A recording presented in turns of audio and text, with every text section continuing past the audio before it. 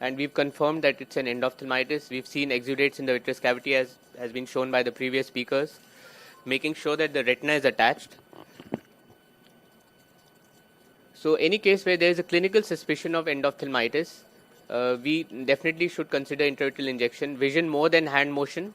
Vitreoretinal facilities not available in the vicinity. Buying time till VR intervention. So sometimes when the VR surgeon is far away, it can just help us buy time. And at the completion of vitrectomy, for which Dr. Ajay Arora will be covering, that we can do. So it's the mainstay of management strategy. And systemic antibiotics do not reach the intravitreal pathogens in sufficient concentration because of the blood-retinal barrier. We all know that. And that is the reason why intravitreal injections are very useful in treating these conditions.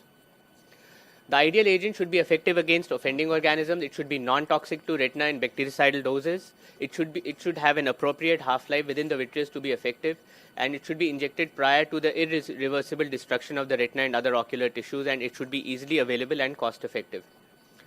So initial intravitreal antibiotic therapy, depending on the smear, for gram-positive cocci, vancomycin is the preferred one. For gram-positive bacilli, again vancomycin is the preferred drug. And for gram-negative cocci and bacilli, ceftazidime is the preferred one, although amikacin and gentamicin are also used. The recommended initial antibiotic and drug therapy for bacterial endophthalmitis, these are the various drugs which can be used. So you can see that at the end there is dexamethasone. So to decrease the the inflammation, dexamethasone is also given apart from all these antibiotics, and all these doses are available as a standard, and it is recommended that a chart should be there in all the operation theaters, so that it is a ready reference, and in the OPD as well it's a ready reference, so you can just look it up, and also the method of dilution is also easily available in a chart form. I'll just go through that. So when we use a true drug regimen for gram-positive organisms, then cefazolin and vancomycin is the preferred combination. For gram-negative organisms, amikacin and ceftazidime. And for fungal endophthalmitis, amphotericin B along with voriconazole are the preferred two drug combinations. So this is the kind of chart which gives us the dosage. And basically, how we prepare, I'll just show you a video also for this. So you need not really cram anything from here. So you can just dilute this vancomycin, which comes in powder form, 500 milligrams, with 10 ml of saline, and draw 0.2 ml from this. Discard the needle, and using a fresh needle, draw about 0.8 ml into this tuberculin syringe, in which you have taken 0.2 ml, so as to make a total of 1 ml, basically a single dilution. And after mixing this with air bubble, I'll show you how to do that in the video. You can discard all but 0.1 ml of this solution containing 1 milligram of vancomycin ready for intravitreal injection. Similarly, for ceftazidime, we can inject 2.2 ml of saline or water to the 500 milligram vial, and or 4.4 ml to a 1000 milligram vial. Draw 0.1 ml of this solution into a tuberculin syringe.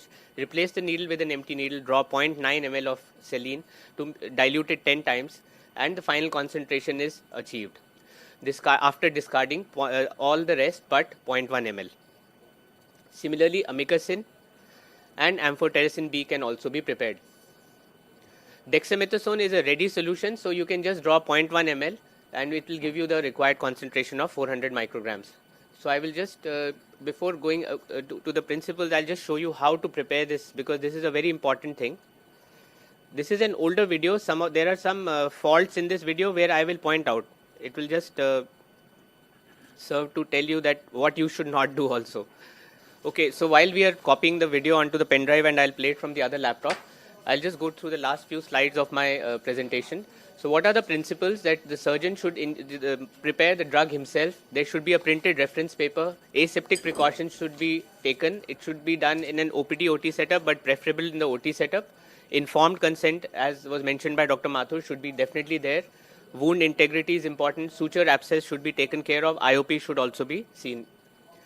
Prepare the solution for injection in 3 separate tuberculin syringes with 26-30 gauge needle. Topical anesthetic drops should be used. Apply povidone iodine. Drape with a nitrile, and lid speculum should be used. AC tap or vitreous tap should be taken to confirm for the organisms. The site of injection is infratemporal quadrant, 3 mm away from the limbus in a phakics is pseudophakics, and 3.5 mm in phakics. Stabilize with a cotton tipped applicator. The sample obtained for microbiology should be sent for direct smear and cytology. For gram stain, for bacterial culture and sensitivity, and KH preparation for fungus.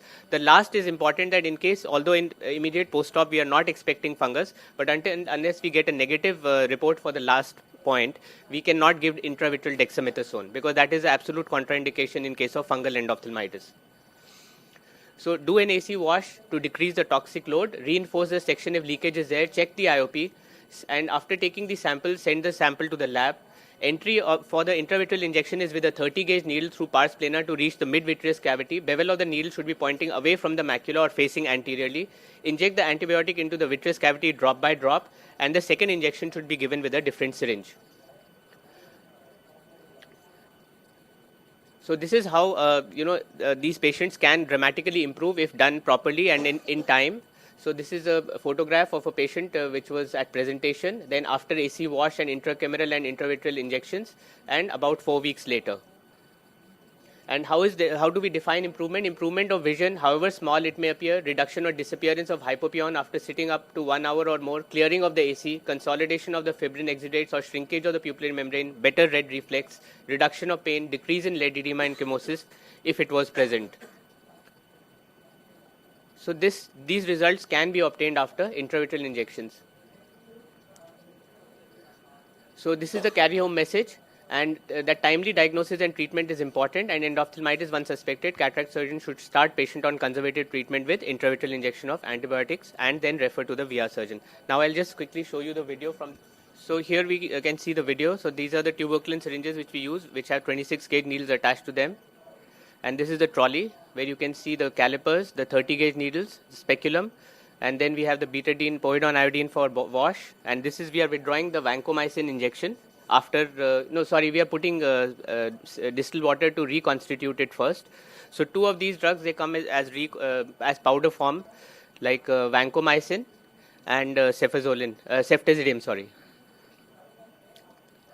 So first we reconstitute with sterile water for injection. We have to just shake them to make sure that it's a uniform solution. That I already told in my slide. If it's like a 500 milligrams of ceftazidime, you put 2.25 ml, and if it's 1,000 milligram, you put 4.4 ml.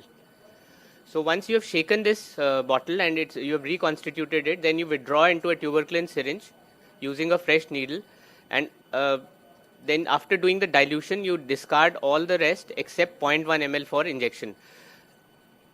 This is actually wrong. We used to do it earlier, but this should not be done. Actually, you should take from a sterile water for injection rather than using this distilled water.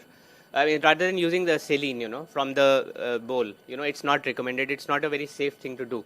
So this is what you should not do. You should take it from a sterile water for injection. You have those breakable sterile bottles.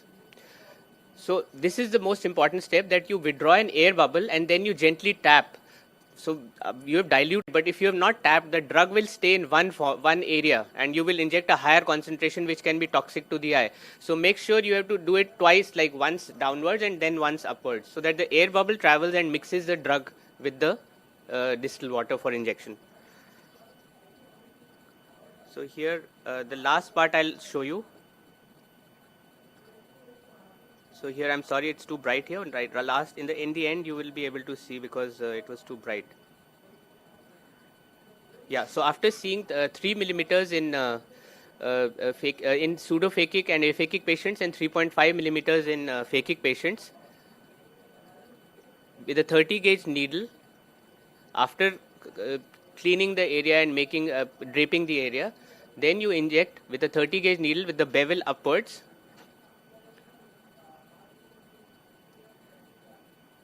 And then with the cotton tipped applicator, you have to apply pressure at the point of exit so that the drug doesn't come out. Thank you.